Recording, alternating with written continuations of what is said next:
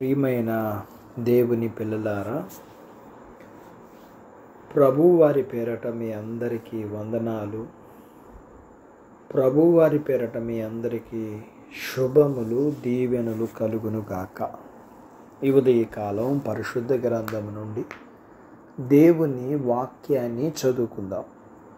యెషయా గ్రంథము 32వ అధ్యాయము 2వ వచనాన్ని చదువుకుందాం. మనుష్యుడు గాలికి మరుగైన చోటు వలెను, గాలివానకు చాటైన చోటు వలె ఉండును. దేవుడు తన మాటలు మనందరి కొరకు దీవించునుగాక. ఆమేన్. ప్రియమైన దేవుని పిల్లలారా, ఎవరు ఈ మనుషుడు అని అంటే, ఆయన మన ప్రియ ప్రభువు, మన కోసం పరలోకము నుండి దిగివచ్చినవాడు.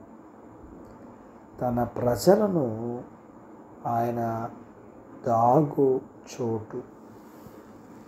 గాలి వేగంగా వీస్తుంటే ఆ వేగాన్ని తాను భరించి తనలో దాచుకునే వారికి దేవుడు ఆశ్రయంగా ఉంటాడు. అదేవిధంగా మనము దేవుని కోపము నుండి తప్పించబడతాం.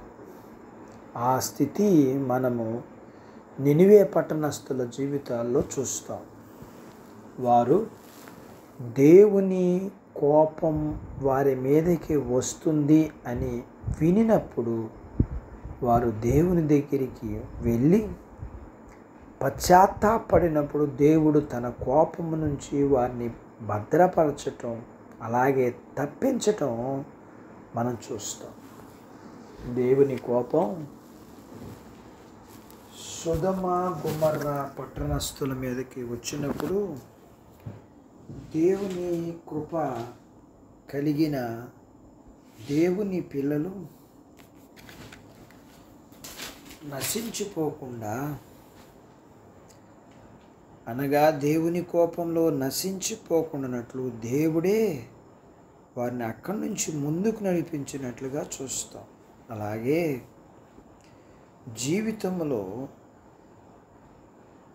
జీవితంలోని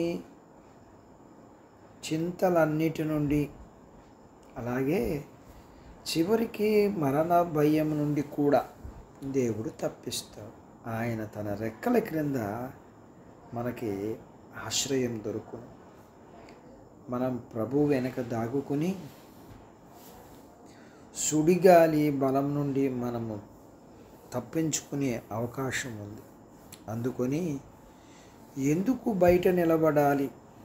ఈరోజే, ఇప్పుడే ఆయన రెక్కల క్రిందకి, ఆయనలోకి పరిగెత్తుకుని వెళ్ళి దాగుకుని ప్రశాంతంగా ఉందాం.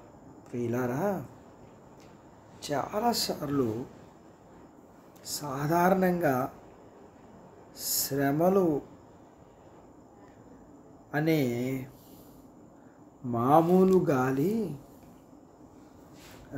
రాను ఉధృతంగా మారిపోయి పెద్ద సుడిగాలిగా తయారయ్యి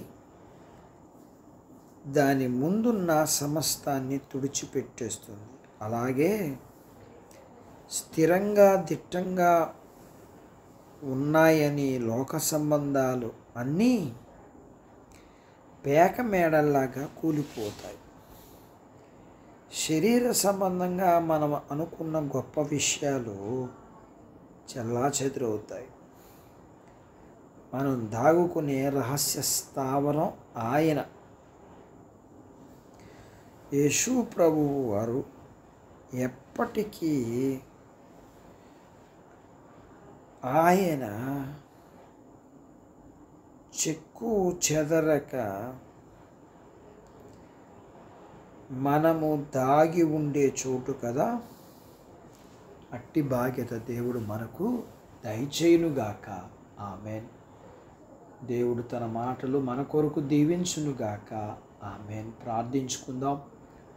మమ్మల్ని మిక్కిలిగా ప్రేమించిన మా ప్రియ పరలోకపు తండ్రి, మీ పరిశుద్ధ నామమును బట్టి మీకు వందనాలు, స్తోత్రాలు. ఉదయకాలం మీ పాదాల యొద్ద మీ లేఖనాన్ని నేర్చుకోవడానికి సహాయం చేశారు. మీరు మమ్మల్ని ఏ రీతిగా కాపాడి భద్రపరిచి మీరు మా ఎడల ప్రేమ చూపించి మీరు మాకు సహాయం చేసేవారు, అట్టి మీ యొక్క ప్రేమను, భద్రతను, మేలును మేము నేర్చుకోవడానికి సహాయం చేశారు, తెలుసుకోవడానికి సహాయం చేశారు. నేర్చుకున్న దాని ప్రకారం జీవించడానికి మీ పిల్లలని కలిగినంతటిని దీవించి వారు చదువులు, ఆరోగ్యాలు, ఉద్యోగాలు, పొలాలు, పుష్పను దీవించమని, చిన్న బిడ్డలను, యవనస్తులను, వృద్ధులను, స్త్రీ పురుషులు వారి చదువులు, ఆరోగ్యాలు, ఉద్యోగాలు, పొలాలు, పుష్పను దీవించమని, వివాహాలు కాని వారికి వివాహాలు, అయిన వారికి గర్భఫలం, గర్భం లేని వారికి సుఖప్రసూతి, ప్రసూతి అయిన వారికి ఆరోగ్యం ఇమ్మని, వీరు కలిగినంతటిని దీవించమని, వీరికున్న సమస్యలన్నింటిలో సహాయం చేయమని యేసు ప్రభువు వారి పేరట ప్రార్థిస్తున్నాము తండ్రి. ఆమెన్. దేవుడు మిమ్మును దీవించునుగాక. ఆమెన్.